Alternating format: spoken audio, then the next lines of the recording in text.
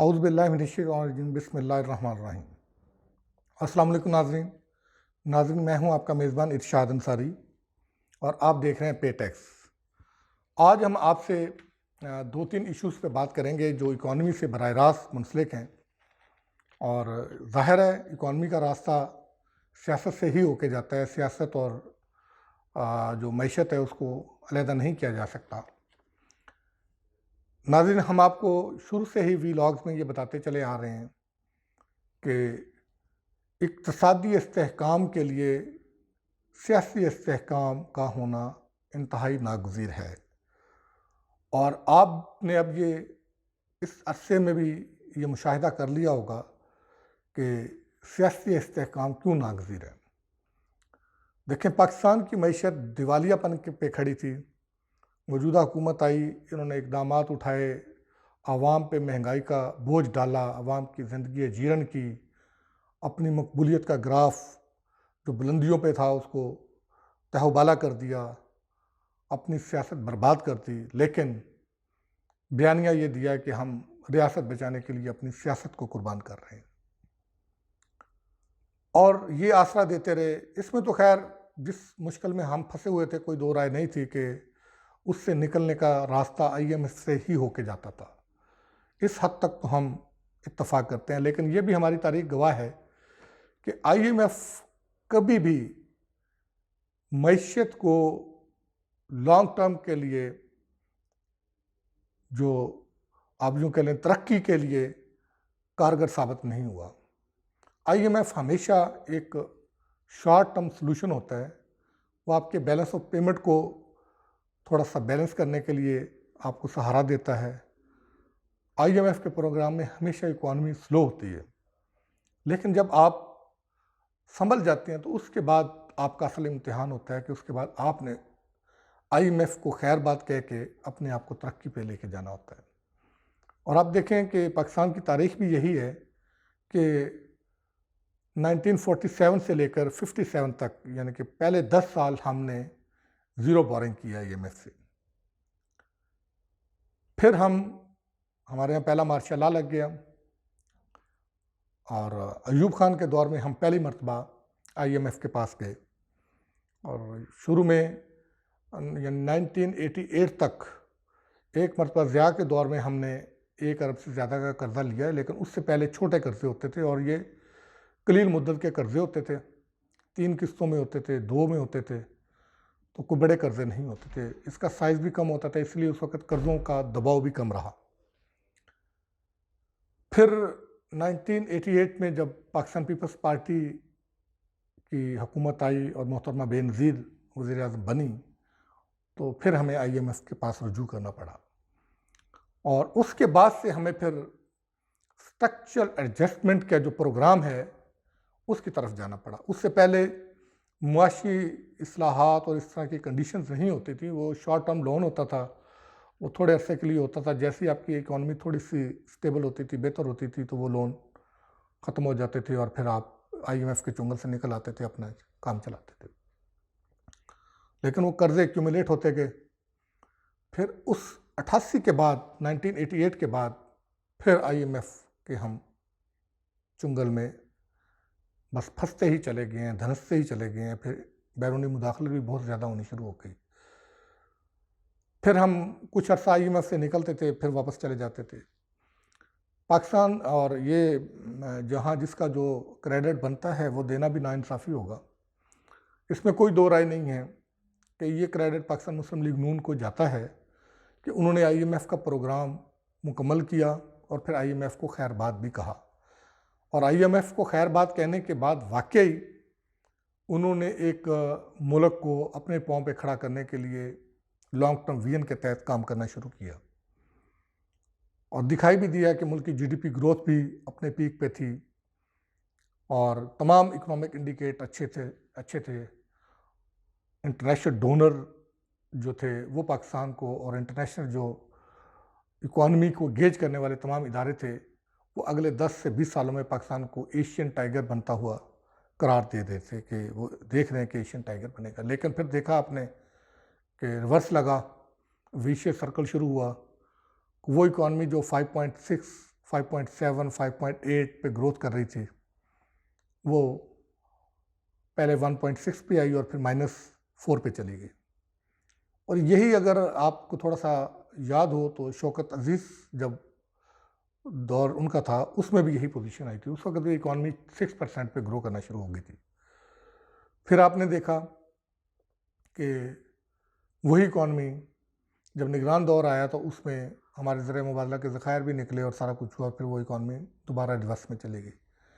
यही वो एक बिल्ली चूहे का खेल है कि जो चल रहा है, इससे हमें अपने आप को छुटकारा दिलाना है। और इससे छुटकारा दिलाने के लिए ज़रूरी है कि हम अपने जो अंदरूनी वसाइल हैं उनको बढ़ाएं, और उनको ना बढ़ाने की वजह से ही हमें बार बार IMF का दरवाज़ा खटखटाना पड़ता है। और अभी भी जब हम दिवालियापन का शिकार थे, हमने मुश्किल फ़ैसले किए, आप दिवालियापन से बच गए, आपको चाइना से पैसे आ गए, आपको सऊदी अरब से इमदाद आ गई, बाकी दोस्त ममालिक ने आपको जो है सपोर्ट कर दिया, तो तवक्को ये की जा रही थी कि शायद अब हम मुश्किल से निकल के आसानी की तरफ आना शुरू हो जाएंगे। सॉरी नाज़रीन। और कुछ उसमें थोड़ा हमें आसार नज़र आए भी, लेकिन थोड़ा सा हम बेहतरी की तरफ जाते थे, 2 कदम आगे चलते थे, फिर वापस 3 कदम पीछे आ जाते थे। और फिर ये कहा गया कि IMF का प्रोग्राम जब बहाल हो जाएगा और उसकी किस्त मिल जाएगी, हमें हेल्थ की सर्टिफिकेशन हो जाएगी, डोनर से दूसरे जो डोनर्स हैं उनसे फाइनेंसिंग मिलना शुरू हो जाएगी, तो फिर हमारी इकॉनमी को गेयर लग जाएगा, फिर हम स्पीड अप हो जाएंगे, बहाली और फिर तरक्की। वो वक्त भी गुजर गया, IMF का प्रोग्राम भी बहाल हो गया, किस्त भी मिल गई, लेकिन मार्केट है कि जो एतमाद करने को तैयार ही नहीं है। मार्केट 1-2 दिन रिस्पॉन्ड करती है, वापस जो है वो उसी पोजीशन पे चली जाती है, ना सिर्फ उस पोजीशन पे चली जाती है बल्कि उससे भी पिछली पोजीशन पे चली जाती है जिससे वो आगे बढ़ी होती है। अब यही सूरत हाल हमें कुछ दिनों से देखने को आ रही है कि IMF का प्रोग्राम आ गया, स्टेट बैंक ऑफ पाकिस्तान के ज़र मुबादला के ज़खायर थोड़े से बढ़ गए, लेकिन डॉलर फिर ऊपर जा रहा है और दूसरी तरफ महंगाई है। अगरचे महंगाई का ये जो अभी 2 दिन पहले हफ्ता ख़त्म हुआ है, उसके जो वफाकी इदारा शुमारियात के रिपोर्ट जारी हुई है महंगाई की हफ्तावार, उसमें महंगाई में कुछ कमी वाक़या हुई है। उसमें बताया गया है कि 0.58% महंगाई कम हुई है, लेकिन सालाना बुनियादों पर महंगाई का ग्राफ अभी भी 42.70% पे है। और ये जो कमी वाक़ई हुई है, ये इसमें भी गवर्नमेंट को हमने भी अपने व्लॉग से सबसे पहले इस पे आवाज़ उठाई थी कि अगर हुकूमत ने बर वक्त फ़ैसले ना किए, बर वक्त इम्पोर्ट ना की, मतबादल इंतज़ाम ना किया, तो एक बड़े बहरान का सामना करना पड़ेगा। तो गवर्नमेंट ने बर वक्त इक़दाम किए, टमाटर, प्याज और दूसरी जो अशिया ज़रूरियात थी वो बर वक्त मंगवाई। उसकी वजह से ये थोड़ा सा महंगाई बढ़ने की बजाय थोड़ी कम हुई है, वरना ये महंगाई का ग्राफ इससे भी कहीं ज़्यादा हो जाता। अब डॉलर रुकने का नाम नहीं ले रहा।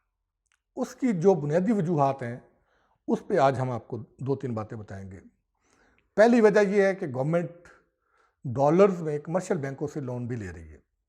$4.5 अरब बैंकों से लोन लिया है और वो भी उन्होंने पे बैक करना है। फिर हमारे इंपोर्ट बिल थोड़ा कम हुआ था, अब सैलाब की वजह से इंपोर्ट बिल बढ़ना शुरू हो गए, अदायगियाँ फिर ज़्यादा होना शुरू हो गई, ये था। फिर पेट्रोलियम प्रोडक्ट हमारे पास चूँकि सरप्लस थोड़ी सी पड़ी थी ज़्यादा, तो हम वो इंपोर्ट कम की, अब वो भी चूँकि हमारा स्टॉक उस लेवल पे आ गया, फिर वो भी इंपोर्ट बिल बढ़ गया।